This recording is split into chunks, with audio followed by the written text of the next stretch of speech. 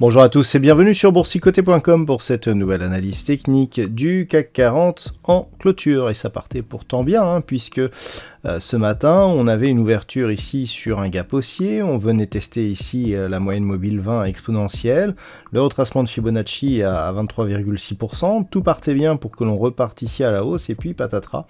Rien ne s'est passé comme prévu, on a rapidement comblé le gap, on est repassé sous la zone des 6400 points pour venir clôturer en légère baisse puisqu'à 6381,56, le CAC 40 perd ce soir 0,08% par rapport à la clôture de la séance précédente. Donc ce matin je vous indiquais que c'était assez bizarre que l'on ait ici une volonté de remonter à la hausse alors qu'on est à la veille de l'événement de la semaine, à savoir le compte rendu donc de Jérôme Powell suite au symposium de Jackson Hole.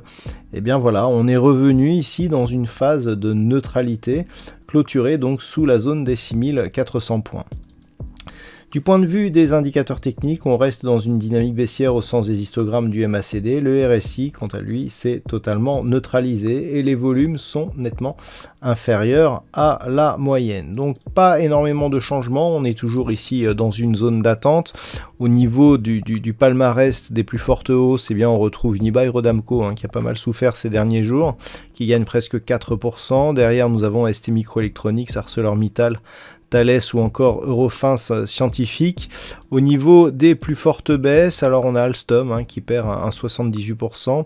Derrière, nous avons Schneider Electric, Sanofi, Legrand SA ou Pernod Ricard. Pas de grosses variations. Aujourd'hui, on est vraiment dans une zone d'attente et le signal ici avorté nous montre que on ne parvient pas à s'extraire ici d'une zone d'évolution en range. On peut toutefois observer la pertinence de certains indicateurs. Regardez le retracement à 23,6% de Fibonacci ici qui a fait résistance alors qu'on avait un retracement à 38,2% de Fibonacci qui avait fait support. On peut aussi reconnaître la pertinence de la moyenne mobile 20 exponentielle sur ces deux bougies. Et lorsque l'on regarde sur l'unité de temps 4 heures, la moyenne mobile 20 exponentielle ici sur l'ouverture du jour a été testée d'une manière assez intéressante là aussi, avant de revenir ici sur la zone des 6400 points, dont on voit aussi que c'est la zone de résistance de la journée depuis que l'on a refranchi cette zone à la baisse. Alors si on repasse en unité de temps daily, qu'est-ce que l'on doit attendre demain? Clairement, c'est la macro qui va prendre, les rênes de l'évolution du marché. La zone ici, c'est 6400 points, la zone qu'il va falloir surveiller, car là, on a une impulsion qui vient chercher le 38,2, rebond sur le 23,6. Si on repart à la baisse et que l'on refranchit ce 38,2, l'objectif, c'est, alors, objectif intermédiaire, mais qui, à mon avis, ne fera pas énormément obstacle, la zone des 6295, mais surtout, donc, la zone des 6200 points. C'est le prochain objectif en cas de cassure, ici, de ce retracement. Par contre, à la hausse, on a testé ici le retour au-delà des 6004, on revient ici à la baisse. Si on recasse et que l'on parvient à s'extraire ici de cette zone des 6435, donc le retracement à 23,6, à combler ce gap, là clairement on pourra viser un retour sur la zone 6525-6590 points.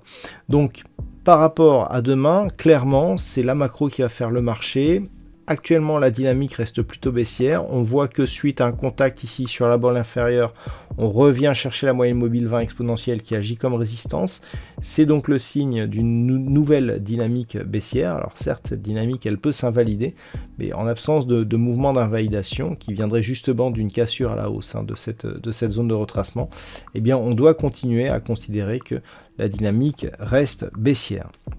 Voilà donc ce que l'on peut dire sur cette configuration technique pour aujourd'hui. D'un point de vue statistique, nous avons une configuration qui reste à peu près identique, une certaine neutralité jusqu'à la fin de la semaine, avec toujours des risques baissiers, un début de semaine prochaine qui reste relativement neutre. On a des petits mouvements qui apparaissent ici et là, plutôt à la hausse, et puis je dirais une fin de semaine prochaine qui pourrait repartir à la baisse. Donc c'est très partagé, le nombre d'occurrences est assez moyen, donc voilà, c'est neutre avec plutôt toujours un risque baissier qui pourrait arriver donc en fin de semaine prochaine. Voilà donc ce que l'on peut dire sur cette configuration technique. Je vous souhaite de passer une très bonne soirée. On se retrouve donc dès demain pour d'autres analyses techniques, toujours sur le site boursicoté.com.